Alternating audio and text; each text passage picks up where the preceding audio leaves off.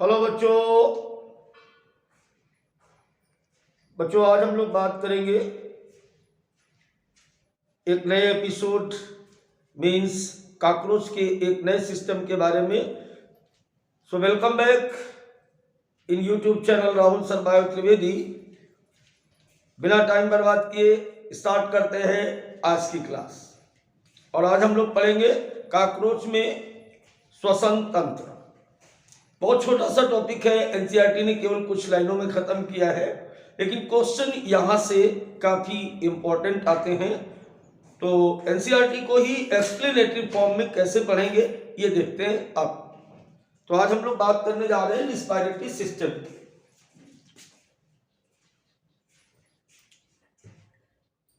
Respiratory system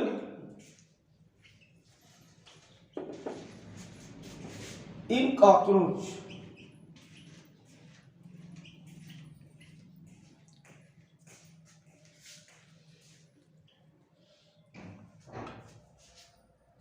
अब सबसे पहली बात देखिए, रिस्पिरेशन और ब्रीथिंग दोनों अलग अलग बातें हैं। ब्रीथिंग का मतलब होता है गैसेस का एक्सचेंज, सांस का लेना, अंदर लेना इंस्पायरेशन, और सांस को बाहर निकालना एक्सपायरेशन। रिस्पायरेशन का मतलब दूसरा होता है। Respiration means the combustion of food stuff in the cells, भोज्य पदार्थों का कोशिकाओं में जारण।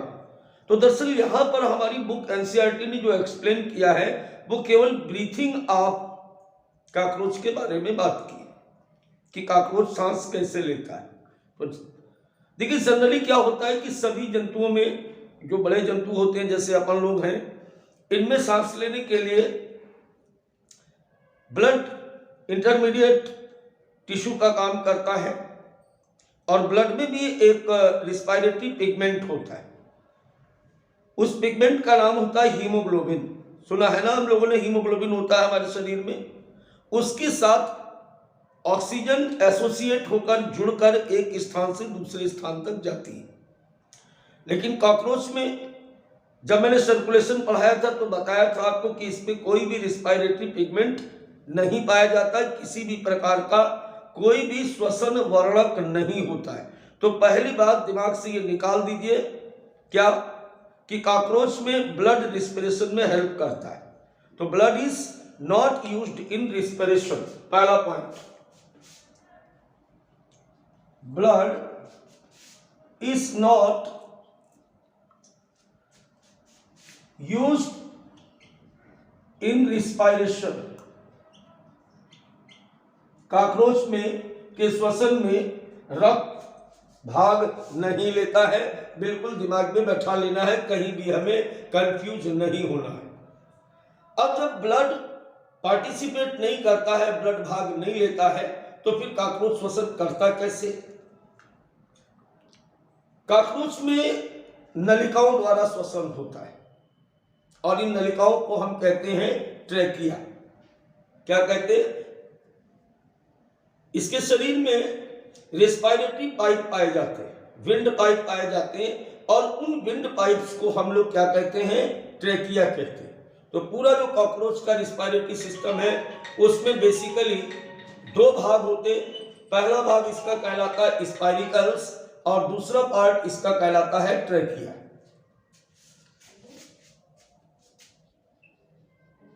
रिस्पिरेटरी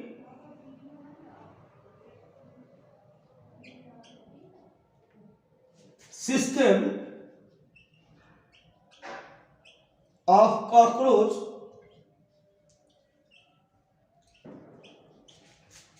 consist, मैंने क्या कहा कि कीटों में नलिकाओं द्वारा श्वसन होता है, और कॉकरोच के शरीर में पाई जाने वाली जो नलिकाएं होती हैं वो दो भागों में बटी रहती है।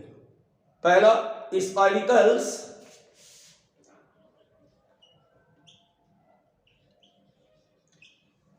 दूसरा ट्रैकिया।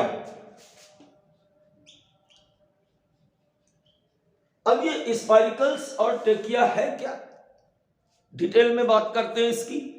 तो सबसे पहले अगर हम लोग बात करें स्पाइरिकल्स की, स्पाइरिकल्स की अगर हम लोग बात करते हैं यहां पर,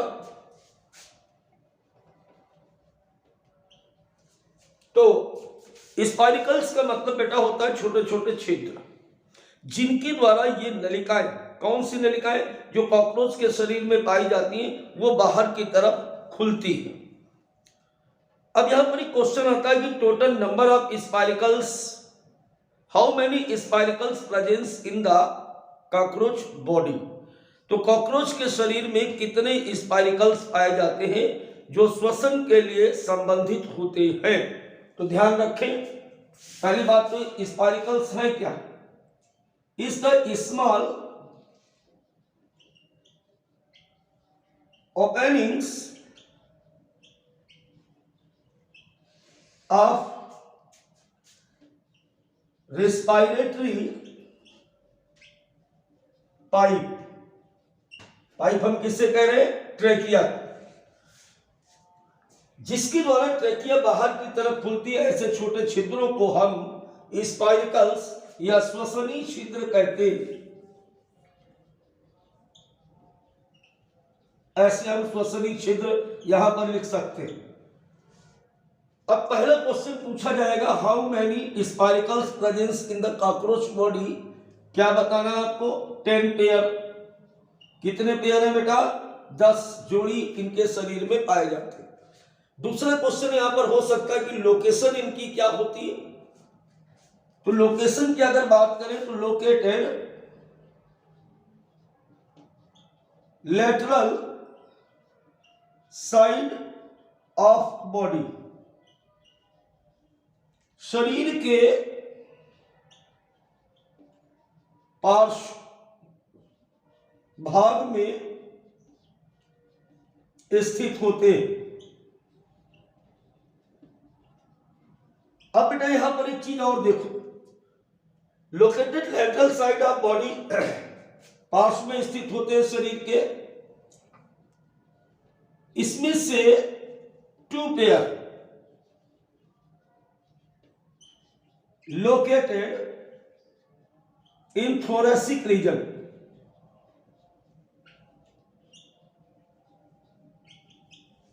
दो जोड़ी जो होते हैं बच्च में पाए जाते हैं। आपको मैंने बताया था कि कॉकरोच का शरीर हेड, थोरेक्स और एब्डोमेन में बटा होता है, आपको याद होगा। तो जो 2 पेयर है वो थोरेसिक रीजन में, यानी इस जगह पर, यहां पर, और baकी की जो 8 पेयर होते हैं वो इस तरह से नीचे की तरफ होते हैं। अभी हम डायग्राम में भी दिखाएंगे आपको। 8 pair located in the abdominal region। तो I think my point clear, यहां तक पूरी बात आपको समझ में आ गई। तो बेटा हम लोग बात कर रहे थे स्पाइरिकल्स की या श्वसनी छिद्रों की लोकेशन की। अभी मैंने क्या कहा कि 2 pair located in the thoracic region. अब कॉकरोच में अगर हम देखें तो इतना हिस्सा जो आपको ये दिख रहा है इसे हम कहते हैं थोरेक्स, और यहां से यहां तक जो हिस्सा आपको दिख रहा है ये है हमारा एब्डोमेन। जरा ध्यान से देखिएगा, सारी बात में बहुत क्लियर कराने वाला हूं। अब 2 pair located in thoracic region, तो पहला जो होता है वो यहां पे है, एक छिद्र लेटरल साइड में।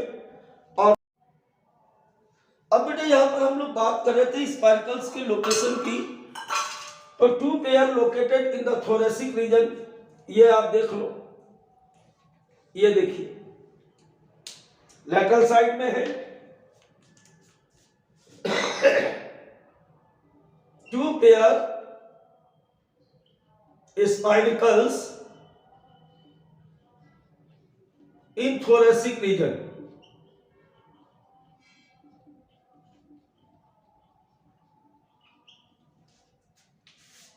बाकी 8 pair located in abdominal region.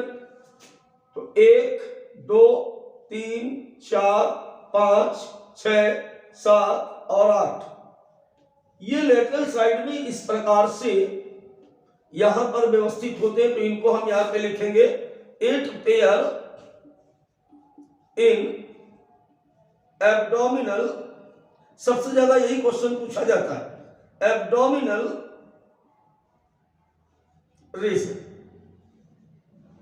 अब कोई स्पाइनिकल्स को थोड़ा सा हम बड़ा करते हैं।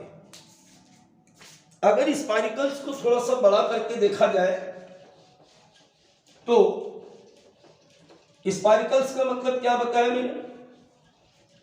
स्पाइनिकल्स का मतलब बेटा होता है छिद्र। अब सर इसको पोर क्यों नहीं लिखा गया, अपर्चर क्यों नहीं लिखा गया? इसका रीजन है, अभी बताता हूं। अब जैसे हम मान लेते हैं कि ये स्पाइरिकल्स यहां पर ऐसे बड़ा करके ये स्पाइरिकल्स बना दिया गया इस तरीके से, ऐसे ये जूम किया गया, ये स्पाइरिकल्स है। पहली बात तो आप यहां पे ध्यान रखेंगे कि स्पाइरिकल्स गार्डेड बाय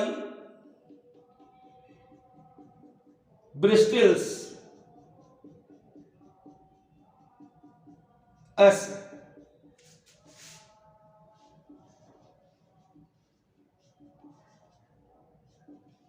ब्रिस्टल्स ये क्या करते हैं? ये रोम सदस्य संरचनाएं हैं जो धूल के कणों, डस्ट पार्टिकल्स आदि को ये प्रिवेंट्स करते हैं, रोकने का काम करते हैं। बात समझ में आई कि नहीं आई? यहां पर ये डस्ट पार्टिकल्स को रोकने का काम करते हैं। तो बेटा यहां पर जो देख रहे हैं वो है ब्रिस्टल्स। ये रोम सदस्य संरचनाएं हैं, इनके द्वारा क्या होता है कि डस्ट पार्टिकल्स वगैरह इसके अंदर नहीं घुसते। इसके अलावा एक खास बात यहां पर और आपको बताते हैं, इसके पीछे एक ढक्कन लगा होता है, ऐसे। वो यहां से बहुत क्लियर नहीं कराया जा सकता है, इस तरीके से एक ढक्कन लगा होता है और उसे हम कहते हैं वॉल्व या स्फिंक्टर।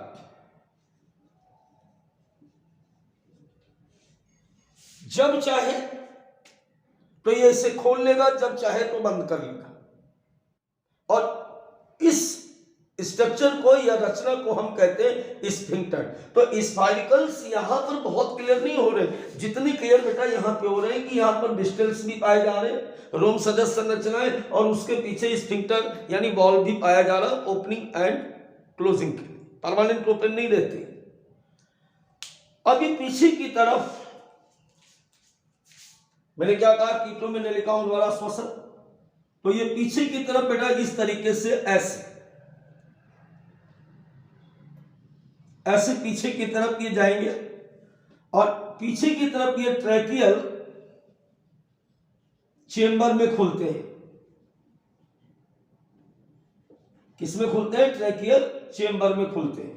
और ट्रैकियल चेंबर में इस प्रकार से यहां पर क्यूटिकल की बनी हुई थिकनिंग्स पाई जाती है, जिसकी वजह से ये कभी भी कोलैप्स नहीं होती है या पिचकती नहीं है। वैसे जब क्या होगा, जब अगर ये लगी नहीं होती तो जब एयर बाहर निकल जाती तो ये पिचक जाती, तो ये पिचकती नहीं, क्योंकि यहां पर क्या बताया मैंने, क्यूटिकल की बनी हुई रिंग के समान संरचनाएं यहां पर पाई जाती है। तो बेटा इस स्पाइरिकल्स में जैसे कि कह रहा था कि पीछे की तरफ ट्रेकियल चेंबर में खुलता है और ट्रेकिया पूरे शरीर में ऐसे ट्यूब बनाती हुई स्थित होती है। तो ये हमारी यहां से यहां तक जो हम देख रहे हैं इसे हम कहते हैं ट्रेकिया।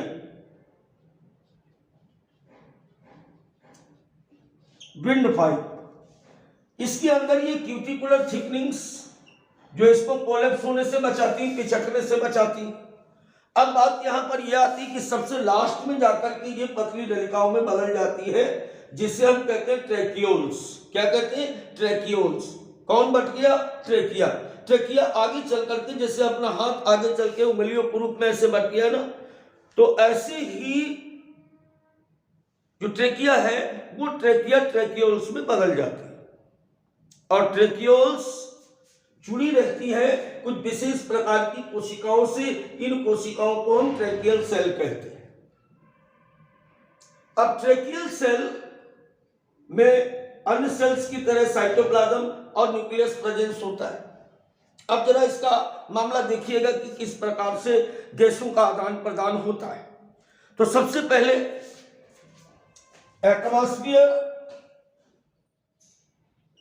एटमॉस्फेयर से ऑक्सीजन चली, ऑक्सीजन चलने के बाद कहां गई, कहां गई, यहां पे गई ना, यहां पे ये स्पाइरिकल्स में गई, स्पाइरिकल्स में गई, स्पाइरिकल्स से कहां गई बेटा, यहां पे आएगी, ऐसे आएगी कि नहीं आएगी, कहां आएगी, ट्रेकिया में आएगी, तो ट्रेकिया में आ गई। ट्रेकिया से कहां जाएगी, लास्ट में यहां पे आई ट्रेकियोल्स में, और ट्रेकियोल से कहां जाएगी, इन सेल्स में जाएगी, इन सेल्स में जाएगी, यानी ट्रेकियल या ट्रेकियोलर सेल्स में जाएगी, और ट्रेकियोलर सेल से अदर सेल ऑफ बॉडी में डिफ्यूज हो जाएगी। इसी प्रकार यहां से CO2 वापस चलेगी और इस तरीके से ऐसे होते हुए ये फिर से एटमॉस्फेयर में चली जाएगी ऐसे। तो मैं समझता हूं कि आपका ये टॉपिक बिल्कुल क्लियर हो गया। फिर मिलते हैं एक नई क्लास यानी कॉकरोच के सीरियल में फिर से एक नए एपिसोड के साथ। बाय बाय बच्चों।